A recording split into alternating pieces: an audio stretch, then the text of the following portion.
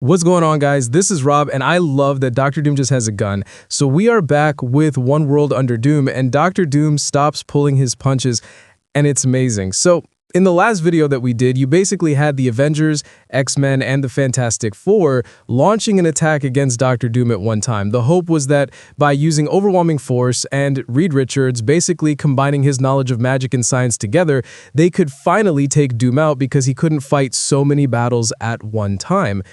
Doom helped them to understand the error of their ways, and he still is, because what goes on is you switch over to Valeria Richards out in Arizona alongside Franklin and the children of Ben Grimm, who were kind of watching all of this unfold. And Valeria has sort of been doing that in the background up to this point. In fact, she was kind of the one that was telling us and giving us the play-by-play and illustrating the fact that regardless of how it looked, Doctor Doom was winning because Doctor Doom was not giving the fight his complete and total attention. He wasn't giving it his all, right? And so when she's talking with Franklin, she just says, like, our parents need our help. And so when Franklin thinks she's joking or that there's no way she can be serious, she's like, well, then tell me what it is that you're thinking. And so Franklin's like, you want to rewire the transporter so it sends you to Latveria to Doom, right? And Valeria says, no. She's like, I just want to talk to him, not beam into a battlefield.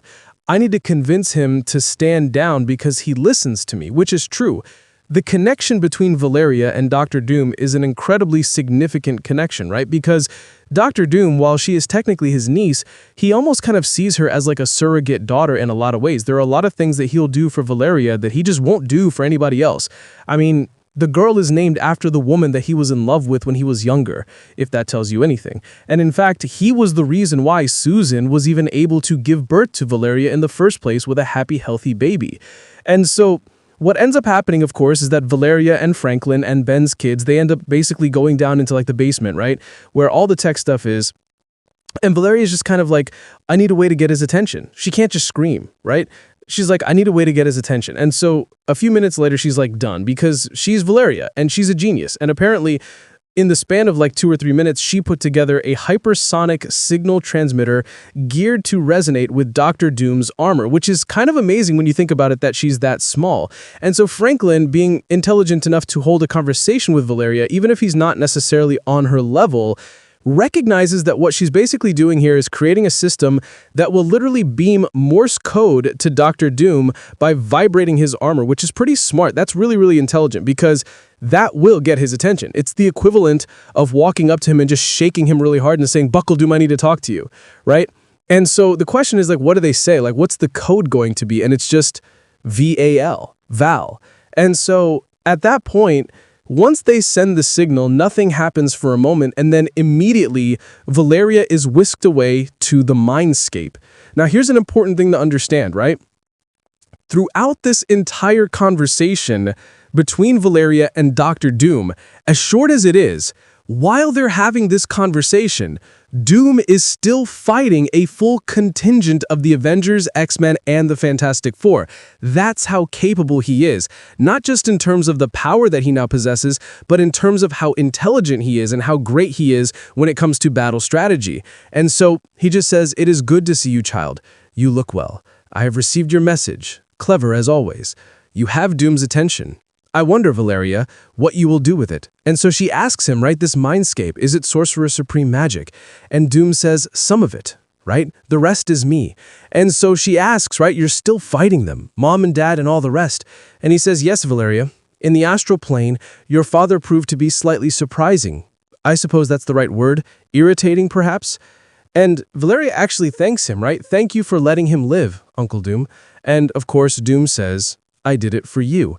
Now, here's one of the things to know about whenever it is that the two of them talk, because if you go back and you look at pretty much any conversation between Valeria and Doctor Doom, it always opens up in this same way. Pleasantries, right? Good to see you, Doom. Good to see you, Valeria. What are you doing, Doom? Well, I'm doing this. I appreciate the fact that in doing all of this, you did this one thing, showing appreciation to Doom. It's not her ingratiating herself to Doom. It's quite literally the respect the two of them have for each other. And Doom even goes on and he says, even as we speak, my Doombots are putting down other uprisings throughout the world.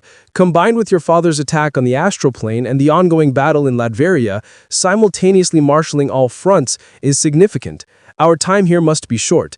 But when the world comes to Castle Doomstadt intent on destroying me, Doom always has time for his goddaughter. And so he says, right, you remain the only one who holds Doom's favor, Doom's respect, and Doom's love. But I repeat myself. What do you want, Valeria Richards? And she just says all of this, right? You said this was for glory, but it's not anymore. Now it's just what? To prove that you were not wrong, to prove that you're still the best of us. Where does this end? And she just says, Uncle Doom, I want you to stop. And what's really interesting is his response, because it's not some kind of crazy, I'm never going to stop. I'm not going to stop until I've taken over the world. It's nothing like that, right? He's just like, I know that's what you want at present. But let me tell you where this ends, Valeria. It ends in victory. Everything has a cost. Everything. And everything truly great costs more. And so Valeria fires back and she says, when this began, you were trying to manufacture consent, to win the hearts and minds and moral rights from the government. But this is not that.